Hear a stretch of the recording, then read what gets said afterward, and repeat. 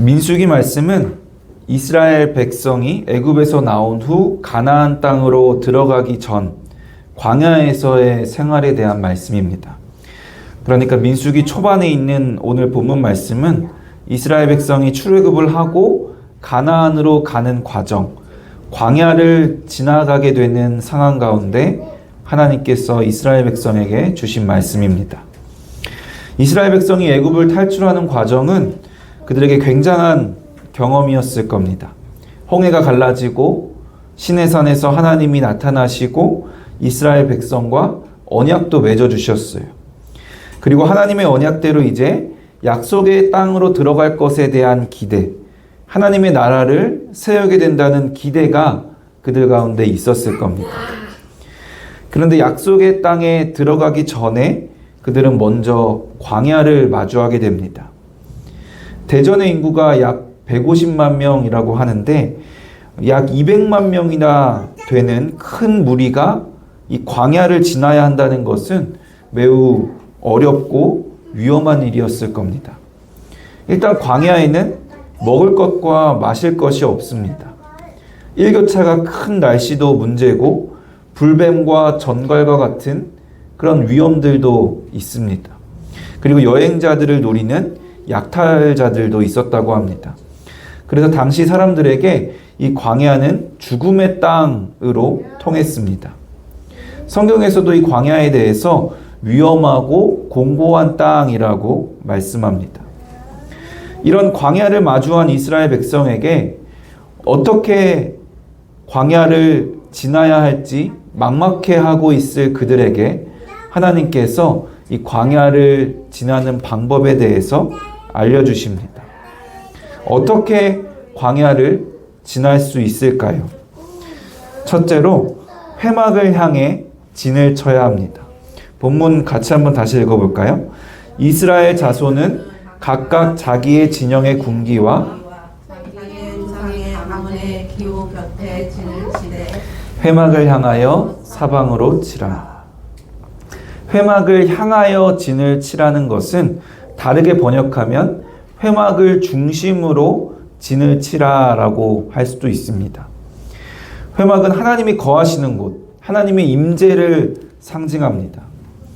이스라엘 백성에게 회막을 만들 것을 명령하심으로써 위대하고 놀라운 경험을 했던 출애굽 때에만 하나님께서 그들과 함께 하시는 것이 아니라 광야에서도 가나안 땅을 향해 나아가는 그 과정 가운데서도 하나님께서 그들과 함께 하신다는 것을 알려주셨어요. 그리고 하나님의 함께 하심을 뜻하는 회막을 중심으로 그들이 진을 치라라고 말씀합니다. 약속의 땅 가나안으로 들어갈 때까지 항상 함께 해주실 것이기 때문에 하나님을 바라보라는 겁니다. 하나님을 의지하라는 겁니다. 이스라엘 백성이 광야를 지나기 위해서 가장 먼저 지켜야 할 것은 하나님을 그들의 중심에 모시는 것이었습니다. 우리는 출애굽 과정에 있었던 일들, 애굽에 내린 10가지 재앙이나 홍해가 갈라지는 그런 일들을 굉장하고 대단한 일이라고 생각을 하는데요. 이스라엘 백성이 광야를 지나간 것은 대단한 일로 생각하는 것이 아니라 고난이고 고통스러운 일이었다는 부정적인 것으로 인식을 합니다. 물론 고난이기도 했지만 사실 이스라엘 백성이 광야를 지나간 것, 그 자체만으로도 굉장하고 대단한 기적적인 일이었습니다. 죽음의 땅이라고 여겨졌던 광야를 200명도 아니고 200만 명의 백성이 40일도 아니고 무려 40년에 걸쳐서 지나갑니다. 40일도 못 버티고 다 죽어도 이상하지 않았을 텐데 약 200만 명의 이스라엘 백성은 한 세대가 지나는 40년을 버텨냅니다. 출애굽을 하고 2년 차, 출애굽 1세대 때 인구조사를 하고 그리고 출애굽을 한 40년 차, 40년이 흘러서 출애굽 2세대에 대한 인구조사를 다시 하는데요. 장정들만 인구조사를 했기 때문에 약 60만 명 정도의 장정인데 1820명만 감소했습니다. 그러니까 거의 인구가 유지됐던 거예요. 사실 이 말씀을 보면요, 광야에서 하나님의 심판을 받아서 참 많은 사람들이 죽음을 맞이하게 되잖아요. 그리고 그들이 그렇게 척박한 사막을, 광야를 지나가는데도 인구는 거의 줄지 않았습니다. 이스라엘 백성이 얼마나 이 위험하고 힘든 광야를 무사히 지나갔는지를 보여주는 통계입니다. 이스라엘 백성이 이처럼 무사히 광야를 지날 수 있었던 것은 회막을 향하여 진을 치고 광야를 지나갔기 때문에 하나님이 항상 그들의 중심에 함께 하셨기 때문이었습니다. 물론 이스라엘 백성이 하나님의 명령대로 하나님을 중심에 잘 모시지는 못했습니다. 그래서 12정탐꾼 사건이 있었던 것 아시죠? 하나님이 약속을 믿지 못하고 하나님을 중심에 두지 못하고 가나안 땅의 아낙 자손들을 두려워합니다. 그들이 하나님을 중심에 잘 모시고 애굽에서 가나안으로 바로 갔으면 광야 생활을 한두 달 만에 끝낼 수 있는 그런 거리였는데 광야를 뺑뺑 돌아서 광야 생활을 40년을 하게 됩니다. 이 40년의 시간, 광야에서의 생활이 하나님 중심으로 사는 훈련의 시간이었던 겁니다. 비록 이스라엘 백성은 죄가 참 많았고 하나님을 중심에 잘 모시지도 못했지만 하나님께서는 그들과 늘 함께 하셨고 하나님을 중심에 모시도록 훈련시키시면서 광야를 잘 지나도록 하셨습니다. 광야를 지나면서 이스라엘 백성은 하나님을 중심에 두는 훈련을 하고 하나님을 중심으로 모시고서는 광야를 무사히 지난다는 출애굽 못지않은 또 하나의 기적을 이루고 세상이 알지 못하는 거룩이라는 능력을 갖게 된 겁니다. 어떻게 광야를 지날 수 있을까요? 둘째로 자기의 진영, 가문의 기호 곁에 진을 쳐야 합니다. 본문을 다시 한번 읽어볼까요? 이스라엘 자손은 자기의 진영과 군기와 자기의 조상의 가문의 기호 곁에 진을 치되 본문에는 진을 치는 방법에 대해서 회막을 향하여 진을 치라라는 말씀만 있지 않습니다. 각각 자기의 진영의 군기와 자기의 조상의 가문의 기호 곁에 진을 쳐야 했습니다. 쉽게 말하면 자기 자리가 있었다는 거예요. 근데 자기 자리가 있었다는 사실이 꽤 중요한 사실인지 민수기 말씀을 보면요, 그 자리에 대해서 꽤나 상세하게 말씀을 합니다. 회막을 중심으로 사방에 진을 치는데 동서남북으로 각각 세 지파씩 진을 쳤습니다. 그리고 동서남북을 각각 대표하는 대표 지파가 있었어요. 동쪽은 유다 지파, 남쪽은 르우벤 지파, 서쪽은 에브라임 지파, 북쪽은 단 지파가 대표 지파였습니다. 그러니까 이스라엘 백성은 두 가지 기준으로 자기 자리를 잘 찾아서 잡아야 했어요. 우선은 회막을 중심으로 하나님을 중심으로 모시고 사방으로 나누어지고 또 동서남북 안에서는 이웃 지파를 기준으로 자기 자리를 잘 잡아야 했습니다. 그리고 이동할 때는요, 누가 먼저 가고 누가 후에 가는지 이동하는 순서도 다 있었습니다. 그러니까 내 옆이 누구인지, 나의 앞뒤 순서가 누구인지 중요하고 잘 알고 있어야 했던 겁니다. 하나님께서는 광야를 지나기 위해서 하나님을 중심으로 모셔야 한다는 것만 강조하시지 않으셨습니다. 하나님을 중심으로 모시되 하나님과 나만 있는 것이 아니라 이스라엘 백성 중에서의 나의 자리, 나의 역할, 나의 위치, 또 이웃과의 관계도 또한 중요했습니다. 기독교 신앙에 대해서, 특별히 구원에 대해서요, 개인적인 것으로 여기고 신앙생활을 하시는 분들이 많은데요, 하나님께서는 개인적인 것을 강조하시는 것이 아니라 오히려 정반대로 공동체적인 성격을 계속 강조하십니다. 십계명을 봐도 1계명부터 4계명은 하나님을 사랑하라는 율법, 5계명부터 10계명은 이웃을 사랑하라는 율법이잖아요. 예수님도 하나님을 사랑하고 이웃을 사랑하라 라고 분명하게 말씀하십니다. 그리고 하나님 사랑과 이웃 사랑이 별개가 아님을 분명하게 설명해 주셨어요. 하나님과 나의 수직적인 관계가 우선이지만 거기서 그치는 것이 아니라 하나님과 나의 수직적인 관계는 나와 이웃과의 수평적인 관계, 공동체적인 성격으로 이어져야 합니다. 이처럼 우리의 신앙과 구원은 개인적인 것이 아니에요. 하나님께서 광야를 지나는 방법에 대해 알려주시면서도 하나님을 중심에 모셔야 함을 알려주시고 그 다음으로 이스라엘 백성 안에서의 나의 자리, 이웃과의 관계도 잘 지켜가며 나아가야 함을 알려주셨습니다. 어떻게 광야를 지날 수 있을까요? 셋째로 여호와의 명령을 따라 진을 쳐야 합니다. 민수기 9장 17절부터 23절 조금 길지만 함께 읽어볼까요? 구름이 성막에서 떠오를 때에는 이스라엘 자손이 곧 행진하였고 구름이 머무는 곳에 이스라엘 자손이 진을 쳤으니 이스라엘 자손이 여호와의 명령을 따라 행진하였고 여호와의 명령을 따라 진을 쳤으며 구름이 성막 위에 머무는 동안에는 그들이 진영에 머물렀고 구름이 성막 위에 머무는 날이 오랠 때에는 여호와의 명령을 지켜 행진하지 아니하였으며 혹시 구름이 성막 위에 머무는 날이 적을 때에도 그들이 다만 여호와의 명령을 따라 진영에 머물고 여호와의 명령을 따라 행진하였으며 혹시 구름이 저녁부터 아침까지 있다가 아침에 그 구름이 떠오를 때에는 그들이 행진하였고 구름이 밤낮 있다가 떠오르면 곧 행진하였으며 이틀이든지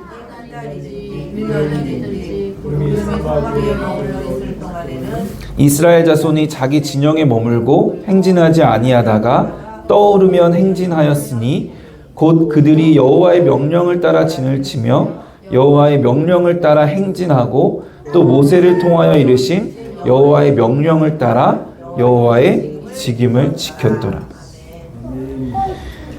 여호와의 명령을 따랐다는 것을 얼마나 강조하셨는지 이 말씀을 보면 아시겠죠? 회막을 향하여 진을 치는 것도 중요하고 자기 진영과 가문에 따라 진을 치는 것도 중요합니다. 그러니까 하나님을 중심에 모시는 것도 중요하고 자기 자리와 자기 역할 또 이웃과의 관계를 잘 잡는 것도 중요합니다. 그리고 거기에 더해서 여호와의 명령을 따라 진을 쳐야 합니다. 그러니까 하나님의 인도하심을 따라야 한다는 겁니다. 구름이 성막에서 떠오를 때에는 회막을 중심으로 동서남북 대열을 맞춰서 가문의 순서대로 행진을 해야 했습니다. 그리고 구름이 머무는 곳에 행진을 멈추고 진을 쳤습니다. 이 말씀을 보면요, 행진하고 머무는 것에 규칙이 전혀 없었던 것 같아요. 진을 쳤는데 하루도 안 돼서 다시 행진을 해야 할 때도 있었고요. 어떤 때는 한 달, 1년이 지나도 행진하지 않을 때도 있었습니다. 중요한 것은 그저 여호와의 명령을 따라 진을 치고 여호와의 명령을 따라 행진하고 여호와의 명령을 따라 여호와의 직임을 지키는 것이었습니다. 하나님의 시간과 방향의 개념은 우리의 생각과 우리의 계획과 참 다르다는 것을 다시 한번 생각하게 되는 것 같아요. 일단 애굽에서 가나안으로 가는 방향이 틀리잖아요. 지도를 보시면 화살표 방향으로 그냥 쭉 가면 애굽에서 가나안 땅으로 갈 수 있는데 광야를 뺑뺑뺑 돌게 하셨어요. 애굽에서 가나안 땅으로 직선으로 쭉 인도해 주시면 좋았을 텐데 실제로 하나님은 이스라엘을 그렇게 인도하시지 않으셨습니다. 진을 쳤다가 행진하는 시간도 타이밍도 참 맞추기 힘들었을 겁니다. 빨리 가나안 땅으로 이동을 하고 싶은데 때로는 한 달, 1년을 광야 한가운데 머물게 하시면 아무것도 없는 광활한 그 광야에서 얼마나 답답하고 힘들었을까요? 또 행진을 계속 하다가 이제 진을 쳐서 좀 쉬어보려고 하면 하루도 안 돼서 다시 짐 싸서 행진하라고 하시면 또 짜증도 났을 겁니다.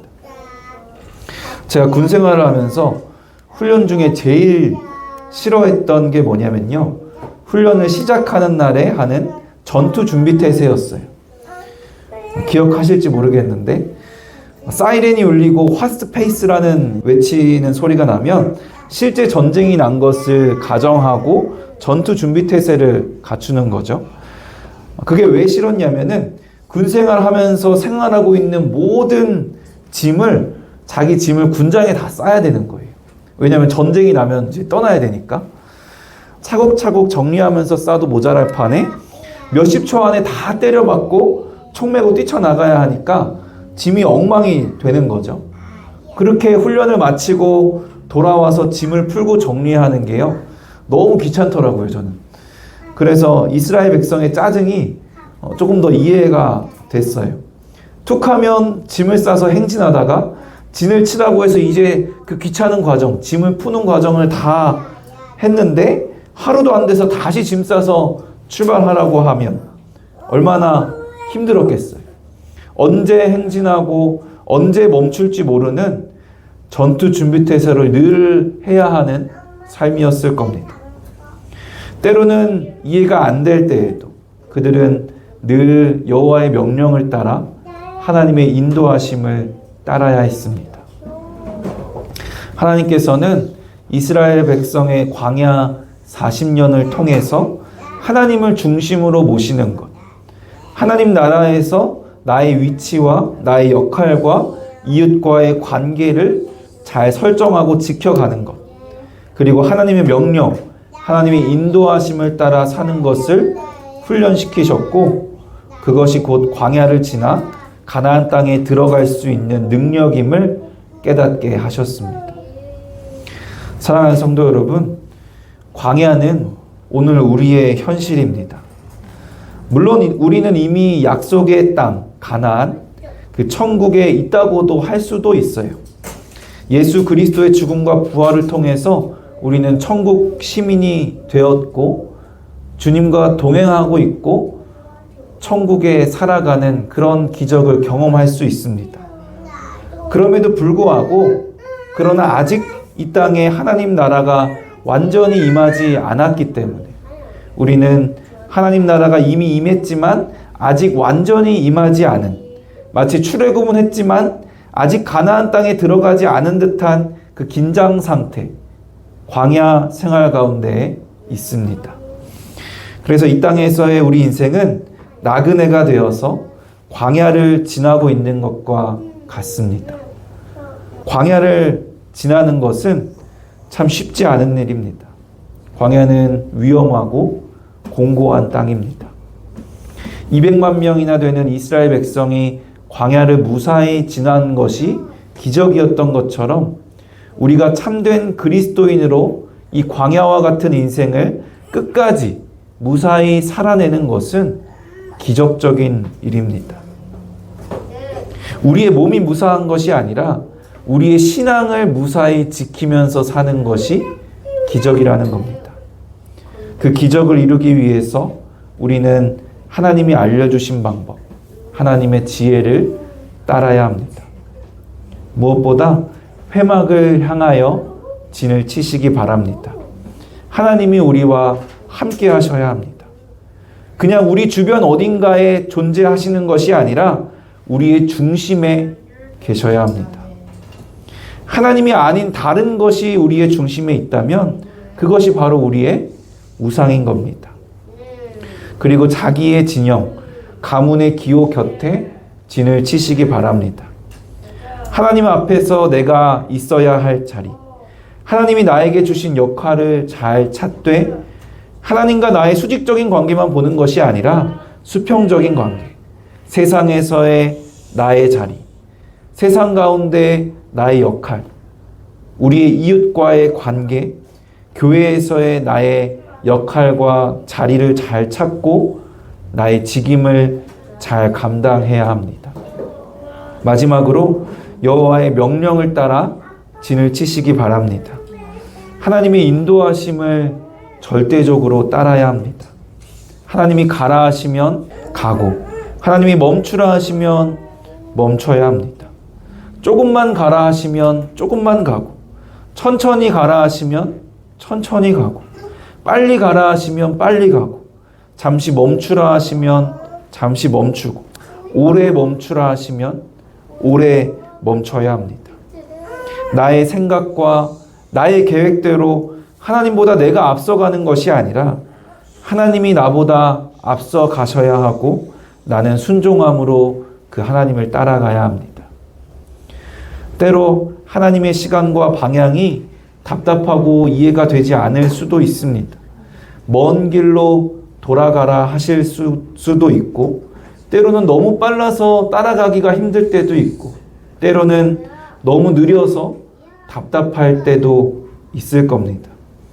하지만 시간이나 방향이 중요한 것이 아니라 여호와의 명령을 따르는 것, 하나님의 인도하심에 순종하는 것이 중요한 줄로 믿습니다.